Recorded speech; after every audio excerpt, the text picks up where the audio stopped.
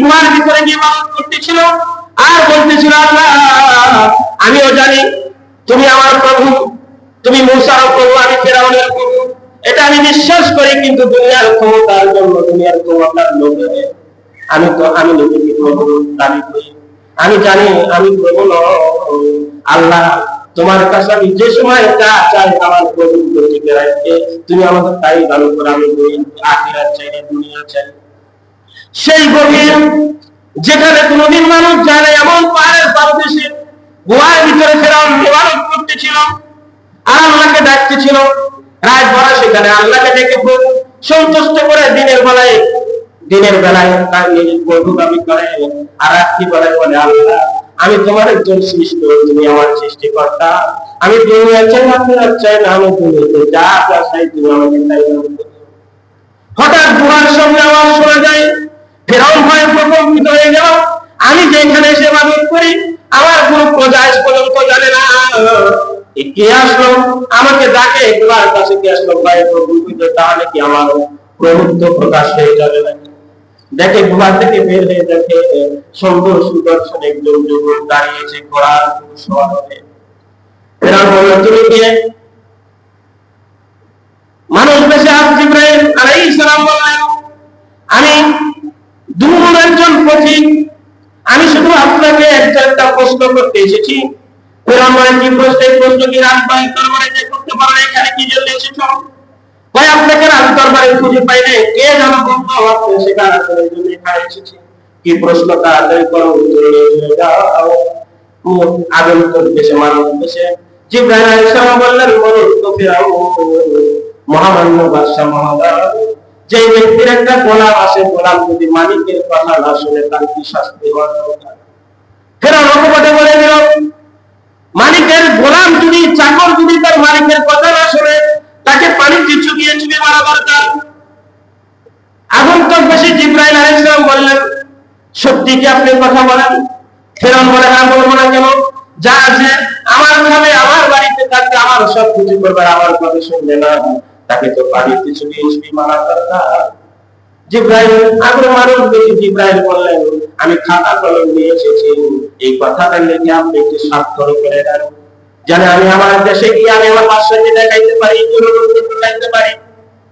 ফেরাউন না বুঝে তার খাতায় লিখে দিল, যদি কোনো চাকর বা গোলাম তার মালিকের কথা না তাকে পানিতে চুবিয়ে চুবিয়ে তাকে মারতে হয়, এই কথা লিখে যখন স্বাক্ষর করে দিল, সেই কাগজটা জিবরাইল আলাইহিস সালাম সংরক্ষণ করেছিলেন। ফেরাউন যখন পানিতে চুবুনি খাচ্ছিল আর উঠতেছিল, জিবরাইল সেই কাগজে তার স্বাক্ষরিত কাগজটা তার সামনে ধরে বলল, তুমি তো বলেছিলে যদি কোনো গোলাম কোনো চাকর কোনো সৃষ্ট তার মালিকের কথা না মানে তাকে পানিতে চুবিয়ে মরতে হবে, তোমার দাবির সাথে বাস্তবতার মিল, সুতরাং আজকে ঈমান এনে লাভ নাই, তুমি পানি খাও আর মরতে থাকো। আল্লাহ তাআলা জিবরাইলকে বললেন, তুমি ফেরাউনকে জানিয়ে দাও, তুই আজকে মরবি, আর এই তোর দেহ দাবি কিয়ামত পর্যন্ত সংরক্ষণ করে রাখবো, যেন পৃথিবীর কিয়ামত পর্যন্ত সমস্ত পাপিষ্ঠ আর অজ্ঞতার যারা পাপিষ্ঠ তারা তাদের জানে, যারা অবাধ্য তাদের তোদের তোর চেহারা যদি তোর করে তারাও শিক্ষা না। আমি যে কথা বুঝাইতে চাচ্ছি, এই বিপদের থেকে মুসা আলাইহিস সালামকে লোহিত সাগর ভিতরে আল্লাহ তাআলা 12টা রাস্তায় বাঁচিয়েছিলেন, সেটি ছিল মুহাম্মদ 10 তারিখ আসলে হযরত ইউনূস আলাইহিস সালাম মাছ যখন তাকে গিলে ফেললো, তুমি কারণ বশত লম্বা ঘটনা, মাছ 40 দিন পর্যন্ত তার পেটে সাগরের এদিক সেদিক দৌড়াদৌড়ি করলো, হজম করতে পারলো না। আল্লাহ মাছকে 144 তারা যাই বলে বললেন, মাছ এটা হলো পৃথিবীর সাধারণ কোনো মানুষ নয়, আমার নবী ইউনূস, তুই কখনো ইউনূসকে হজম করতে পারবি না। 40 দিন পরে মাছ উঠিয়ে দিল, আল্লাহর সাথে সাথে সাগরের কিনারে লাল গাছ তৈরি করে দিলেন। যেহেতু পৃথিবীতে যত গাছ আছে সমস্ত গাছের পাতা থেকে লায়ের পাতাটা মাছ থেকে নরম, এজন্য সাগরের একটা লাল গাছ সাথে তৈরি করে দিলেন। আল্লাহ এর পাতে এত বড় বড় লায়ের পাতা গুলা জিবরাইল আলাইহিস সালাম সিরে সিরে সুন্দর বিছানা বানিয়ে দিলেন, যেহেতু 40 দিন পর্যন্ত হযরত ইউনূস আলাইহিস মাছের পেটে ছিল, এই জন্য শরীরটা নরম হয়ে গিয়েছিল, এই জন্য লায়ের পাতার উপর শুয়ে থাকলেন। রাসূল বলেছিলেন, কোন ব্যক্তি যদি মুসলিম শরীফের হাদিস এই লাউ গাছের লাউ যদি কোন ব্যক্তি সুন্নত মনে করে খায়, আল্লাহ তাআলা এই নবীটাকে কমপক্ষে 70টি রোগ থেকে আল্লাহ তাআলা হেফাজত করবে। কোন ব্যক্তি যদি লাউ সুন্নত মনে করে খায়, আল্লাহ তাআলা বদর উহুদের শহীদের সব আল্লাহ তাআলা করবেন। ওই দিন আমি ইউসুফ রাহমাতুল্লাহ আলাইহি একবার লায়ের মাসালা পড়াইতে গিয়ে বলেন, রাসূলুল্লাহ সাল্লাল্লাহু আলাইহি ওয়াসাল্লাম রাসূলুল্লাহকে মারাত্মক পছন্দ করতেন। এক ছাত্র বলে, আমি লাউ পছন্দ করি না। ইউসুফ ইমাম ইউসুফ বলেন, আমার কাছে যদি তরবারি থাকতো, তোর মাথাটা আমি কেবল দিকে আলাদা করে দিতাম। আমি রাসূলের সুন্নাত বলছি যে লাউ খাওয়া সুন্নাত, আর তোর কাছে বলে লাউ ভালো লাগে না। তুই রাসূলের সুন্নাতকে অবজ্ঞা করলি, আমার কাছে যদি তরবারি থাকতো তাহলে তুই ছাত্র আর আমি ওস্তাদ, আমি ওস্তাদ থেকে ছাত্র দেখতাম না, তোর মাথাটা দেহ থেকে আমি আলাদা করে দিতাম। তাহলে আকাবিরা সুন্নাতকে কত গুরুত্ব দিত। আমি যে কথা বলতেছিলাম, ইউনূস আলাইহিস সালামকে মাছের পেট থেকে যেদিন আল্লাহ তাআলা উদ্ধার করেছিলেন সেদিন ছিল মুহররমের 10 তারিখ। হযরত নূহ আলাইহিস সালামকে যখন কিস্তি ভাসতে ভাসতে নদী পারে গিয়েছিল, সেদিন ছিল মুহররমের 10 তারিখ। সেই ঘটনার চক্রে ঘটতে ঘটতে যখন আশুরার কারবালাতে আলো, কারবালার ময়দানে যে বিদায়ের ঘটনা ঘটেছিল সেটি ছিল মুহররমের 10 তারিখ। হযরত হুসাইন রাদিয়াল্লাহু তাআলা বারবার যখন ইয়াজিদ, এই পাপিষ্ঠ ইয়াজিদ যখন কুফার প্রেসিডেন্ট হলো, মুসলিম জালের যখন আমিরুল মুমিনিন হলো, তখন সে আস্তে আস্তে জলে হওয়া শুরু করে দিল, মানুষের অত্যাচার শুরু করে দিল, যেরকম আমাদের বিগত যেরকম ছিল। আলেমরা দেখলেই হয়ে যেত, মসজিদ দেখলেই তারা গা জ্বলে, মাদ্রাসা দেখলেই তাদের গা জ্বলে, আলেমরা দেখলেই তাদের গা জ্বলে, এরা সৃষ্টি হয়। বিগত যেরকম ছিল ইয়াজিদের সেরকম। তখন হুসাইন রাদিয়াল্লাহু তাআলা মদিনাতে ছিলেন, বারবার কুফা থেকে চিঠি আসতেছিল। হুসাইন রাদিয়াল্লাহু তাআলা কাছে রাসূলের পবিত্র হুসাইনের কাছে চিঠি আসতেছিল, আমরা ইয়াজিদের শাসন মানতে পারি না, বারবার জুলুম করে আপনি আসেন, আপনি আপনার কাছে আমরা বায়াত হব, আপনাকে প্রেসিডেন্ট বানাইব। এত ঐতিহাসিক একটা প্রায় 12,000 চিঠি মদিনাতে হযরত হুসাইনের কাছে শুরু হয়ে গেল। এক এক সময় এক এক চিঠি আসে, আপনি আসেন, ইয়াজিদের শাসন আমরা মানব না, আপনাকে প্রেসিডেন্ট বানাইব। শেষ পর্যন্ত হযরত হুসাইন রাদিয়াল্লাহু তাআলা এত চিঠি পেয়ে কিবারে সাহাবায়ে কেরাম আব্দুল্লাহ ইবনে আব্বাস, আব্দুল্লাহ ইবনে জুবাইর, হযরত আবু হুরায়রা সহ বড় বড় সাহাবায়ে কেরামের সাথে পরামর্শ করলেন যে বারবার কুফা থেকে চিঠি আসতেছিল, আমাকে তারা প্রেসিডেন্ট বানাইবে, কারণ ইয়াজিদের নির্যাতনে তারা অতিষ্ঠ হয়ে গেছে, আমাকে তারা প্রেসিডেন্ট বানাইবে। কিন্তু আব্দুল্লাহ ইবনে আব্বাস, আবু হুরায়রা, আব্দুল্লাহ ইবনে জুবাইর বড় বড় সাহাবায়ে কেরাম বললেন, না, আপনি ভুল সিদ্ধান্ত নিলেন না, কারণ কুফার মানুষ হলো গাদ্দার, লাসান ওয়াদারুহুমুল কওমুল, তারা ভাষার খুব চাটুকারিতা জানে, আর কিন্তু তারা গাদ্দারি করে। তারা আপনার বাপের সাথে গাদ্দারি করে, আপনার বাপ হযরত আলীকে তারা হত্যা করেছে, সুতরাং আপনার বাপের কথা শুনে কুফাবাসীরা আপনার বাপকে ডেকে নিয়ে তারা হত্যা করেছে, আপনি সেই পথে যাবেন না।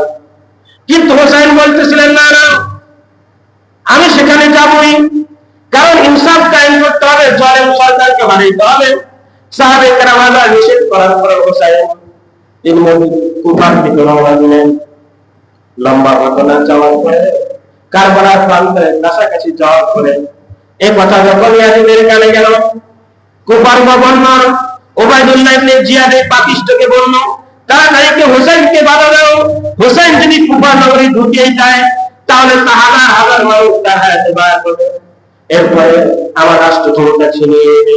যেভাবে হুসাইনকে বাধা দাও সেগুলো কুফাতে করতে না পারে। হুসাইন রাদিয়াল্লাহু তাআলা যে অবস্থা দেখলেন, পরিবারের ৭২ জন সদস্য নিয়ে যখন কারবালার প্রান্তরের দিকে গেলেন, ওইদিকে ওবায়দুল্লাহ ইবনে জিয়াদ এই পাপিষ্ঠ সেনাপতির সৈন্যবাহিনী যখন আগে ছিল, হযরত হুসাইন যখন বেদিক দেখলেন, দেখেন তো অবস্থা ভালো নয়। হুসাইন 3টি পরামর্শ দিলেন, আমি এখানে নিজ ইচ্ছায় আসি না, কুফার মানুষ বারবার চিঠি দিয়ে আমাকে এখানে আসতে বাধ্য করেছে। সুতরাং তোমাদের যে অবস্থা, তোমরা আমাকে মেরে ফেলবে, আমার সাথে যুদ্ধ করবে। সুতরাং হুসাইন ভাষণ দিলেন, আনা ইবানা বিনতু মুহাম্মাদিন সাল্লাল্লাহু বিনতু মুহাম্মাদিন বিনতু মুহাম্মাদিন সাল্লাল্লাহু আলাইহি ওয়াসাল্লাম, আমি হলাম তোমাদের নবী মুহাম্মদুর রাসূলের পরিচয় টুকা ফাতেমার সন্তান। আর তার পরিবারের লোক, আমার সাথে খারাপ আচরণ করিও না। আমাকে হয়তো সীমান্তের কোন প্রান্তরে পাঠিয়ে দাও, আর না হয় আমাকে মদিনাতে পাঠিয়ে দাও, আর না হয় ইয়াজিদ রাষ্ট্রপ্রধানের সাথে সাক্ষাৎ করার সুযোগ করে দাও। পাপিষ্ঠ উবাইদুল্লাহ ইবনে জিয়াদ পুরোটাই মানতে নারাজ। সেদিনটা ছিল শুক্রবার, সেদিনটি ছিল আশুরার দিন। হোসাইন সহ তার 72 পরিবারের সবাই রোজাদার ছিল, মহারমের রোজা অবস্থায় ছিল। হযরত হোসাইন তার ছেলে আলী আসগরকে নিয়ে পানির পিপাসায় যখন উবাইদুল্লাহ ইবনে জিয়াদকে বলল, আমার ছোট সন্তান আলী আসগর পানির পিপাসায় কাতর হয়ে গেছে, ফোরাত নদীর পানি জমাতে যেতে দাও, এক চল পানি আমার সন্তানকে খাওয়ায়। ছোট্ট সন্তান পানির পিপাসায় কষ্ট করে। উবাইদুল্লাহ ইবনে জিয়াদ বলেন, ঠিক আছে, জলের পানি খাওয়িয়ে দেব। এই বলে একটা তীর মেরে দিল। সাথে সাথে তীরটা আলী আসগরের বুকের ভিতর দিয়ে পিছন দিয়ে তীরটি বের হয়ে সাথে সাথে হযরত হোসেনের ছোট পুত্র আলী আসগর শাহাদাত বরণ করলেন। এরকম করতে করতে যখন সন্ধ্যার সময় হয়ে গেল, ইফতারের পূর্ব মুহূর্তে পানি দিয়ে ইফতার করবে, এই পানির ব্যবস্থা নাই। হোসাইন ইয়াজিদ উবাইদুল্লাহ ইবনে জিয়াদকে বলল, আমাকে পানির ব্যবস্থা করে দাও। সুযোগ দেওয়া হইল। হযরত হোসাইন ফোরাত নদীর গিয়ে চোল দিয়ে পানি যখন তুলে রোজা ভাঙলেন, এই মুহূর্তে তার ছোট ছেলে আলী আসগরের কথা মনে পড়ে গেল যে আমি আমার ছোট সন্তানকে এই ফোরাতের এক চোল পানি পান করাইতে আমি আমার সন্তানকে চিরদিনের জন্য বিদায় করে দিলাম, আমি আবার এই পানি পান করবো। চুল্ল থেকে পানি ছেড়ে দিলেন। উবাইদুল্লাহ জিয়াদের সৈন্যবাহিনী হযরত হোসেনের দিকে তীর মেরে যখন হোসেনকে শোয়াইয়া দিল, সীমার সাথে সাথে গিয়ে বুকের উপর বসে মাথাটা ছিন্ন করে জবর মাথাটা আলাদা করে কুফার দরবারে ইয়াজিদের দরবারে পাঠিয়ে দিল। আর পাপিষ্ঠ উবাইদুল্লাহ ইবনে জিয়াদের সৈন্যবাহিনী হযরত হোসেনের পা ঘোড়ার সাথে বেঁধে পুরা কুফা নগরীতে তোমরা এই দেহটাকে ছিন্ন করে দিল। সম্মানিত হাজিরিন, ঐতিহাসিকরা লেখেন, এরপরে হযরত হোসেন বাতিলের কাছে মাথা নত করে তিনি বলেছেন, তোমরা আমাকে ইনসাফ কায়েম করার জন্য এসেছো। আমি যদি বাতিলের কাছে মাথা নত করে কথা বলতাম যে আমি ইয়াজিদের ক্ষমতা মানি, ইয়াজিদের দাসত্ব আমি মেনে নিলাম, তাহলে আমার 72 জন পরিবারের লোক আমাকে মারতো না। কিন্তু আমি যখন বাতিলের কাছে মাথা নত করিনি, তখন তারা আমাদের সবাইকে মারা শুরু করে দিল। ঐতিহাসিকরা লেখেন, ইমাম গাজালি বলেন, 72 জন শহীদ, 72 জন পরিবার, একটা পরিবারের 72 জনকে হত্যা করে দেবে, চারটি খালি ব্যাপার নয়। এরপরে পৃথিবীর শ্রেষ্ঠ পরিবারের লোক, শ্রেষ্ঠ মানুষের লোক নবী মুহাম্মদ রাসূলের পরিবারকে হত্যা করে তারা এই পাপিষ্ঠ ইয়াজিদ উবাইদুল্লাহ ইবনে জিয়াদ রাসূলুল্লাহ সাল্লাল্লাহু আলাইহি ওয়াসাল্লাম। হযরত আব্দুল্লাহ ইবনে আব্বাস বলেন, আমি রাত্রিতে স্বপ্ন দেখি রাসূল দুলাবাড়ি অবস্থায় দৌড়াইতেছিলেন। স্বপ্নের ভিতরে আমি জিজ্ঞেস করলাম, ইয়া রাসূল, আপনি যান কোথায়? রাসূল বলেন, আনা শাহিদ সুফাতনা ওয়াসাইয়্যিদ, আমি আমার হোসেনকে কারবালার প্রান্তে তারা হত্যা করেছে, সেই হত্যার সময় আমি সামনে উপস্থিত ছিলাম। এই যে দেখো আমার হাতে রক্ত আর আমার একটা পাত্রে রক্ত আছে, এই রক্তগুলো আমি আল্লাহর দরবারে হাজির দেওয়ার জন্য যাচ্ছি। আমার হোসেনের আব্বা পুত্র পরিবারের সদস্যের রক্তের বিনিময়ে যেন আল্লাহ আমার গুনাহগারের মুক্তিকে যেন আল্লাহ মাফ করে দেয়। এটাই ছিল বাতিলের হক। সেজন্য ঐতিহাসিকরা লেখেন, হযরত হোসেন থেকে শিক্ষা নেওয়া দরকার, জীবন চলে যায়, আমার পরিবারের সদস্য চলে যায়, আল্লাহ শাহাদাতের মর্যাদা দিবেন। এরপর কখনো বাতিলের কাছে মাথা নত করা কোন মুসলমানদের জন্য উচিত নয়।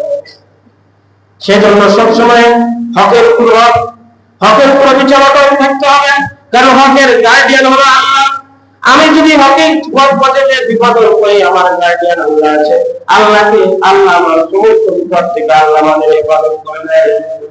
বিশ্বাস আছে তো ইনশাআল্লাহ? আল্লাহ তাআলা আমাদের এই কথা বুঝে নাও।